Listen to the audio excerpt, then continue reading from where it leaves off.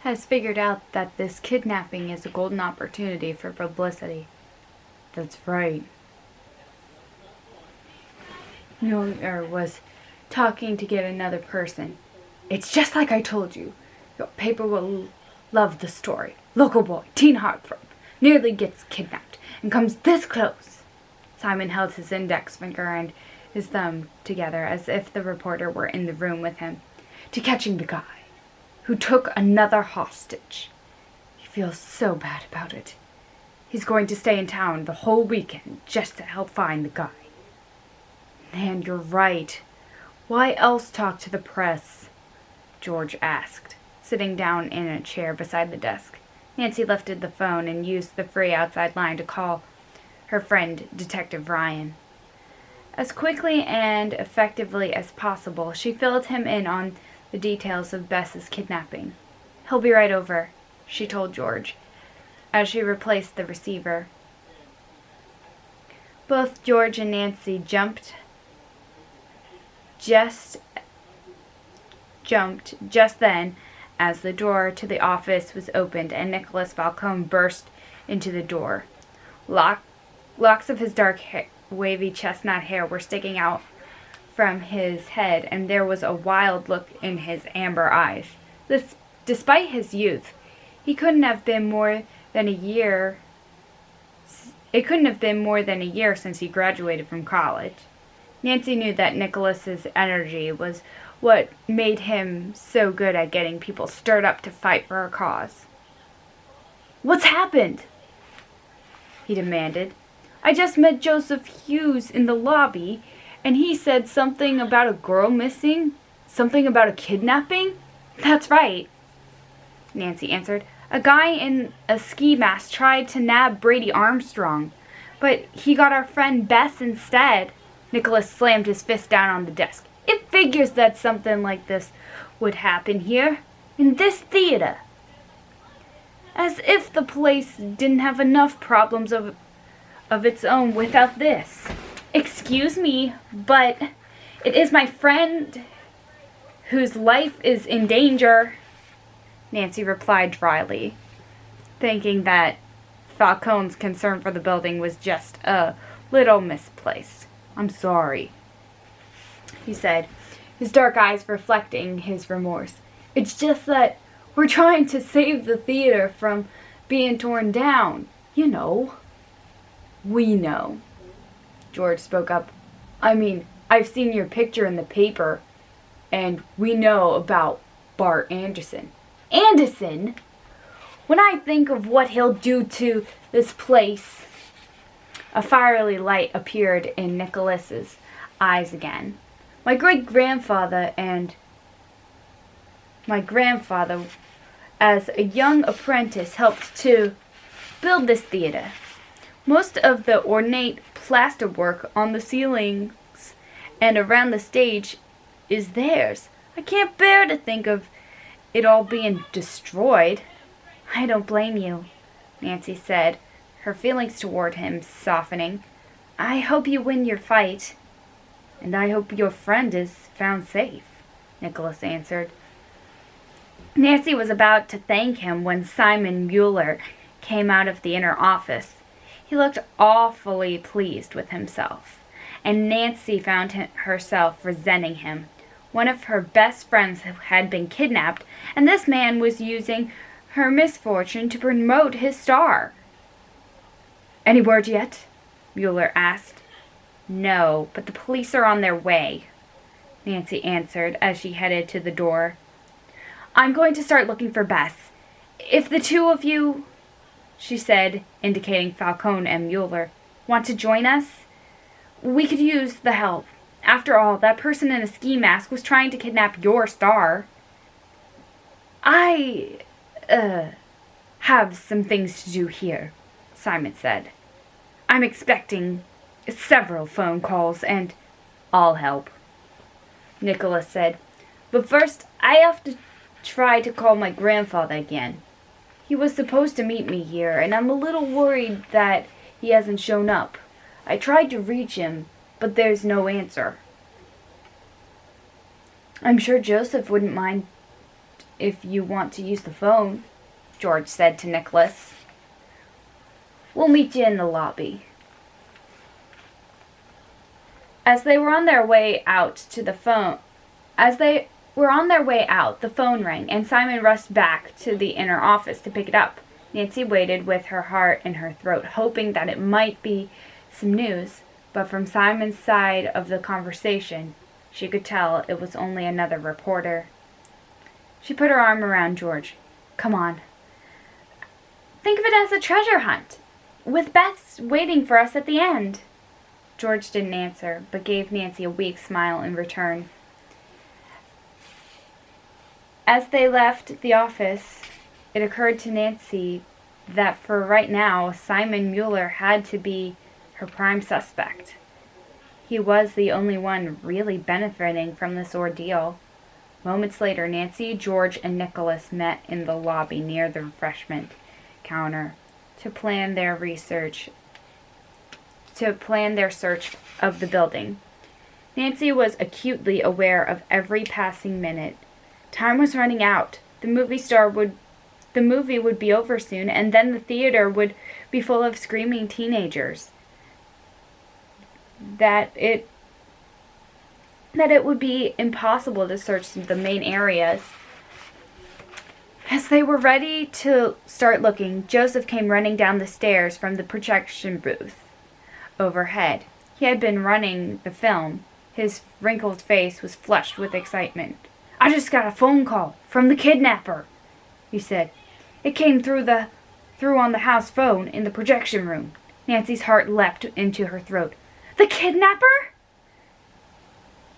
So the man in the ski mask really was a kidnapper. But what did he want with Bess? "What did he say? What did he want?"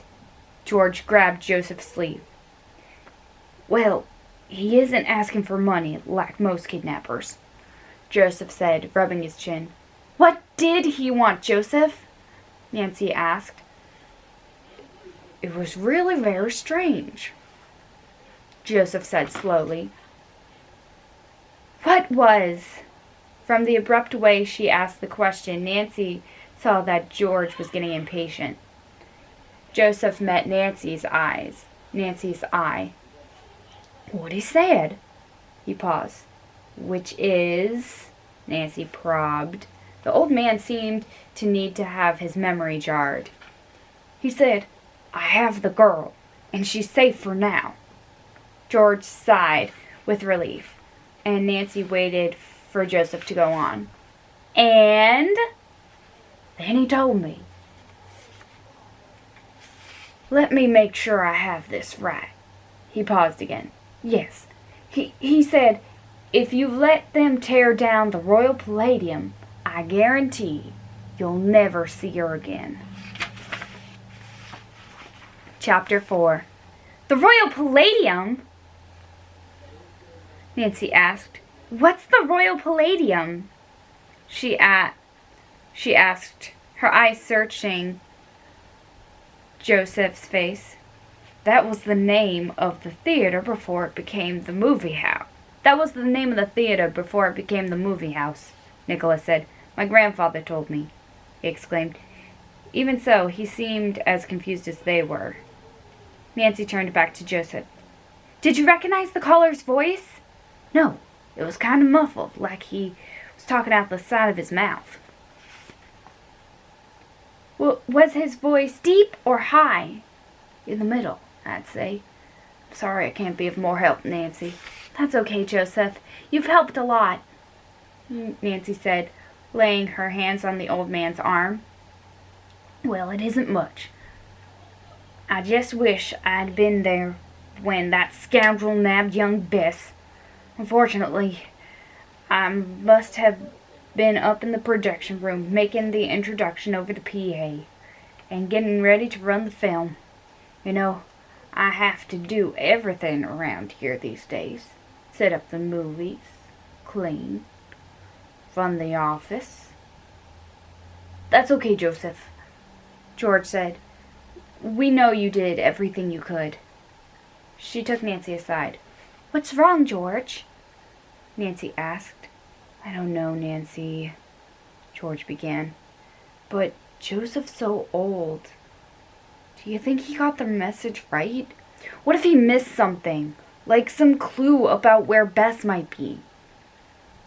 She bit her fingernail absent-mindedly. I just wish we'd been there when the kidnapper called. Nancy was about to answer her friend when the front doors of the theater opened and a half dozen uniformed police officers rushed into the lobby. Thank goodness they've arrived! Nancy breathed a sigh of relief. She turned to George and said with as much confidence as she could muster, with all these men and women, I'm sure we'll find her. After Joseph had explained to the police about the kidnapper's message, Detective Ryan turned to Nancy. Okay, he said. The first thing we do is try to find the girl. What about the phone call? Nancy asked. Shouldn't we be trying to follow that lead too? Ryan smiled.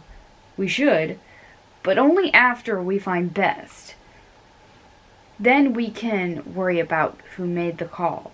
My officers and I will search the dressing rooms upstairs and the basement. Why don't you concentrate on the auditorium and backstage? We'll all meet back there to report what we've found. I'm really sorry to do this to you, Nicholas Falcone said.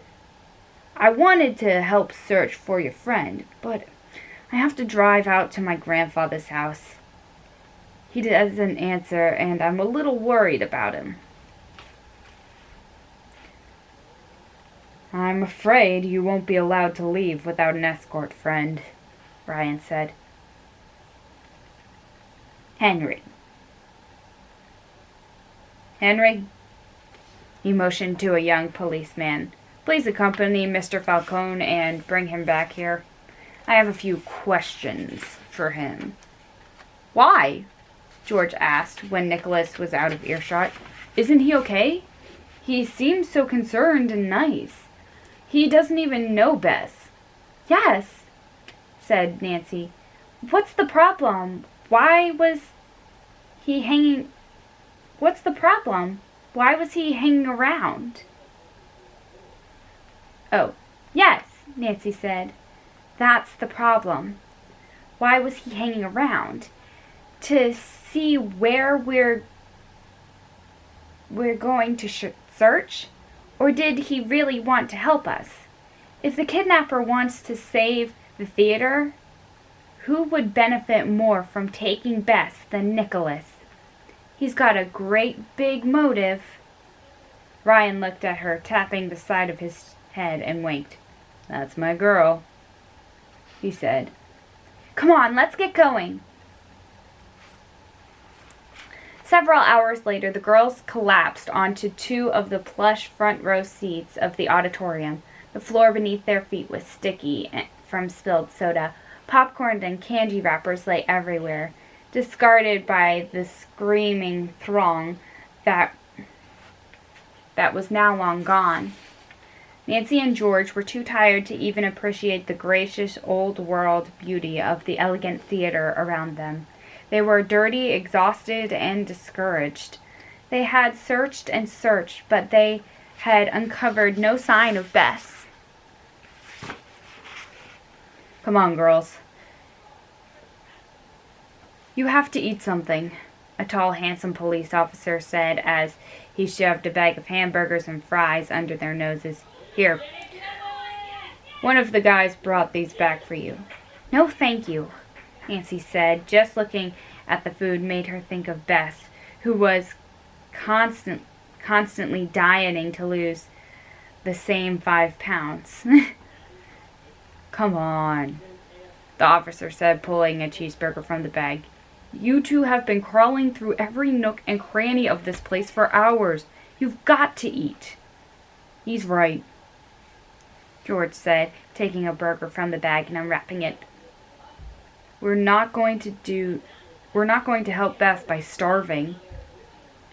Nancy absently took the bag from the officer, then handed it to George, who took out a bag of fries and began eating.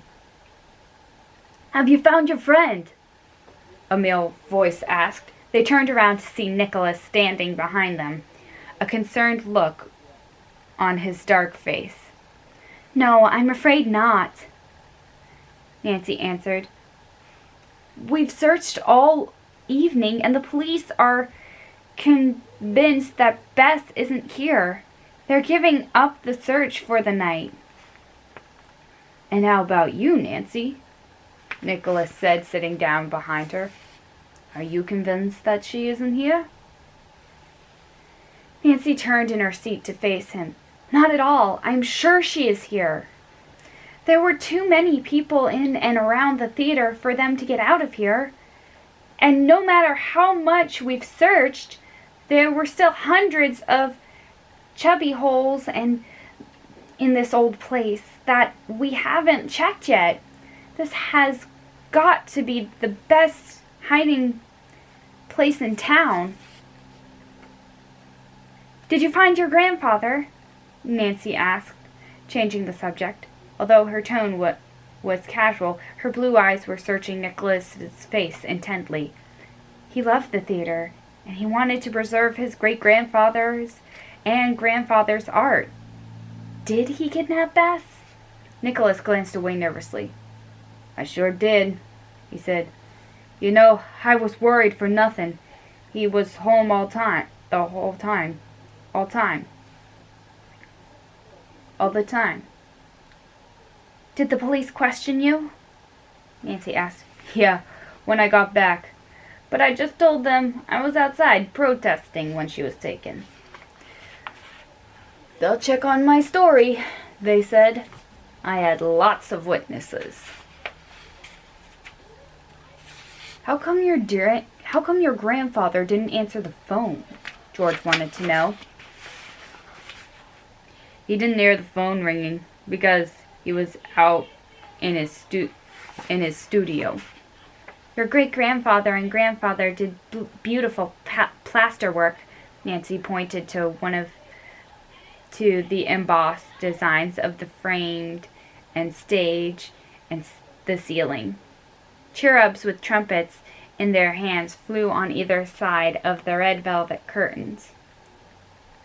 "They don't build places like this anymore," Nicholas said sadly. "Artists like my grandfather aren't interested in the work, and even if they were, no one would pay them to do it. People don't want beauty and glamour anymore. Guys like Bart Anderson are only out for the money." They heard the side door of the theater open. Turning to see who it was, Nancy saw a large, beefy man with a bulldog face push his way past Joseph, who had opened the door. "Speak of the devil, and he'll appear," Nicholas muttered under his breath. "That's Bart Anderson himself." The man walked straight over to Nicholas without glancing at Nancy or George. He stood and glanced at Nicholas, his hands on his thick waist. Just what do you think you're doing? Just what do you think you're trying to pull, Falcone?" Anderson demanded. "I don't know what you're talking about," Nicholas answered, meeting Anderson's look. "The police called and told me that some idiot has kidnapped a young woman, and won't let her go until we promise not to demolish the theater." "That's right," Nancy interrupted. "And that young woman is my friend, Bess Marvin. She's still missing." "Yeah, well, I'm sorry about your friend," Anderson said with a feeble attempt at sympathy. "But I'm not going to have my project jeopardized." He pointed to Nicholas with a jerk of his thumb. "Not by any crackpot or committee of do-gooders organized against me. This place is coming down on schedule 1 month from today, and that's final." "Mr. Anderson," Nicholas said emphasizing the Mr. No one on my committee had anything to do with this kidnapping. We wouldn't use your kind of tactics. Anderson, ignoring him, and turned back to Nancy. This building is coming down, he said. But you don't have to worry about your friend. These clowns might be stupid enough to grab her, but I doubt they'd actually hurt her. When it's my friend's life, or anyone's life at stake, I'm not willing to take that risk, Nancy said. Anderson gave Nancy one final glare, then turned on his heels and stormed out of the auditorium. A couple of minutes later, Nicholas followed him out. Okay, George, Nancy said, standing and crumbling what remained of her burger and wrapper. Let's make one last search. Half an hour later, the two friends were going through and leading the leading lady's dressing room. We'll just have to check this room one more time, Nancy said. If we don't find anything, we'll go home for the night. Nancy pulled the cushions off the sofa and ran her hands between the folds of the upholstery. George was on her hands and knees, combing the floor. I found something jammed in the back of the sofa, Nancy shouted. Take a look! She held out a black ski mask with red trim around the eyes and mouth. George shuddered. Now we know for sure that he or she did bring Bess in here, she said. But that doesn't make us any closer to finding her, does it? I suppose not, Nancy said quietly, obviously thinking about something else. What is it, Nan? Something's bothering you. The mask.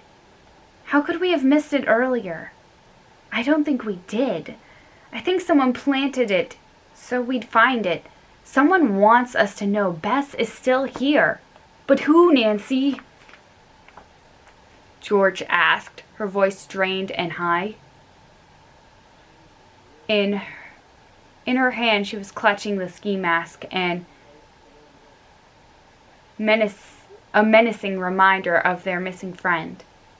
It could have been Mueller, since the kidnapper was probably after Brady and not Bess. He could have done it as a publicity stunt.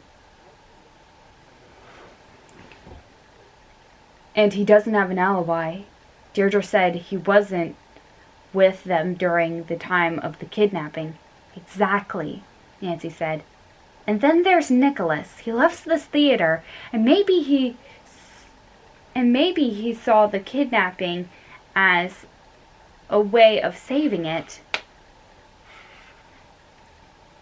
Maybe, but I can't believe it could be Nicholas. He seems so concerned about Bess. Nancy shook her head. That could be a cover-up still. He was outside picketing the whole time, unless he left for some reason. We'll have to check it out. They had reached the lobby. Joseph was in his office still.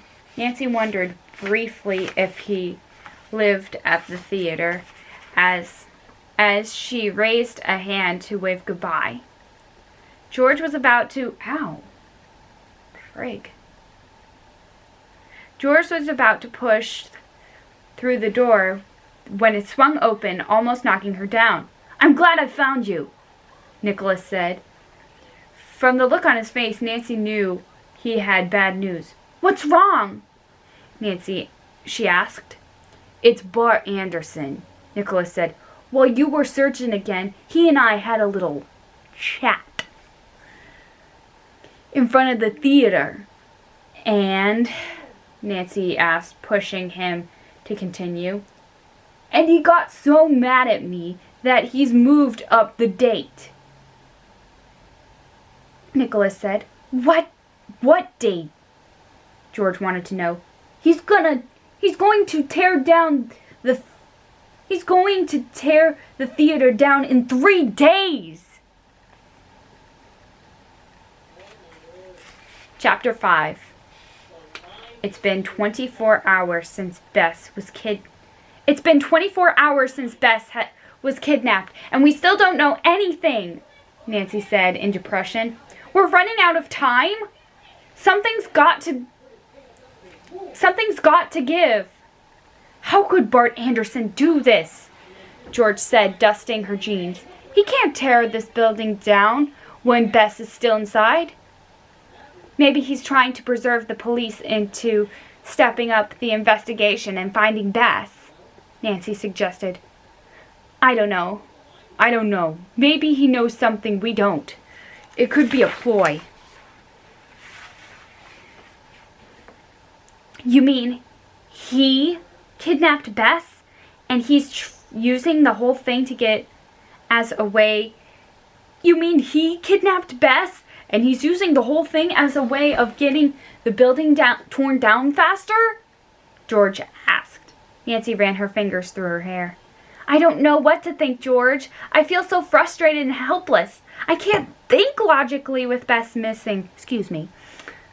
I know I should be checking out our suspects, but I keep thinking that Bess is here, and we've got to find her. But maybe the police are right, Nan. Maybe Bess isn't here. George said gently. She's here! Nancy replied.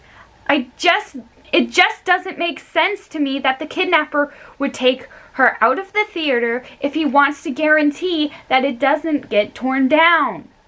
I'm staying here until they call off the demolition. But if we don't find proof, we're lost and the demolition won't be called off. Just then, footsteps and low voices surrounded. Nancy and George turned to watch Bart Anderson's men trooping through the auditorium. Nancy had been seeing the crew off and on all day as they studied the building, deciding where to place their dynamite charges. This time, Bart Anderson himself was with them. I'll be back in a minute, George. Nancy stood up and hurried over to him. They met in front of the stage. Can I have a word with you, Mr. Anderson? She asked. I'm busy now, he answered. This is important, and what I have to say is important too, Nancy said, politely but firm. All right. He glanced at a heavy gold watch on his wrist. You've got 40 minutes. Are you really going to go through with this demolition in 3 days? Even when a young woman's life is in danger? Nancy fought with herself to keep the anger out of her voice. He scowled down at her. Look around, Miss Drew, he said sarcastically, pointing to his crew. These men are specialists. They're paid by the hour. I wouldn't have them here if I didn't mean to bring this place down on schedule. But my friend is still here in the building, Nancy said, trying to control her feelings of frustration and rage. The police don't think so, he answered offhandedly. And that's enough for me. Now, if you'll excuse me, I have work to do.